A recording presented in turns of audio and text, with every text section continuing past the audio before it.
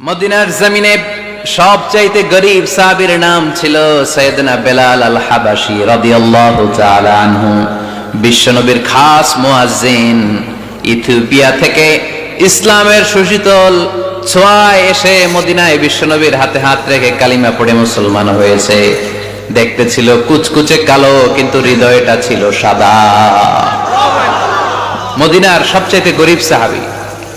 লজ্জাস্থান ঢাকার মতো একটা লুঙ্গি ছিল, এছাড়া আর কিছু ছিল না। শুধু আমাদের লজ্জাস্থান ঢাকার মতো একটা লুঙ্গি আছে, আর কিছু নাই। এরকম কে কে আছেন? হাত তোলেন। কেউ নাই। তার মানে আল্লাহ আমাদের অনেক দিয়েছে, ঠিক কিনা? মদিনার সবচেয়ে গরীব সাহাবীর নাম বেলাল রাদিয়াল্লাহু তাআলা আনহু। লজ্জাস্থানটা ঢাকার কাপড় ছাড়া তার কিছু ছিল না। ওই বেলাল রাদিয়াল্লাহু তাআলা আনহুকে ডেকে বিশ্বনবী বললেন, আনফিক ইয়া বেলাল, ও বেলাল তুমিও আল্লাহর রাস্তায় দান করো।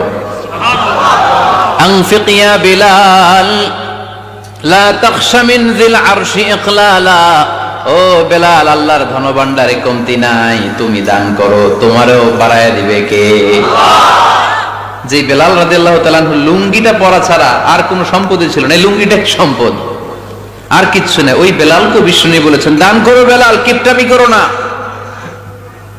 যে রবের সন্তুষ্টির জন্য তুমি দান করবা, ওই রবের কোনো কমতি নাই, ঘাটতি নাই। গোটা বিশ্বের সবার সব ডিমান্ড পূরণ করে দিল, যার যত চাহিদা সব দিয়ে দিল, আমার আল্লাহর ধনভাণ্ডারের 1 ইঞ্চিও কমবে না। এজন্য মুত্তাকিদের প্রথম বৈশিষ্ট্য, আল্লাযীনা ينفقون في السراء والضراء والكاظمين الغيظ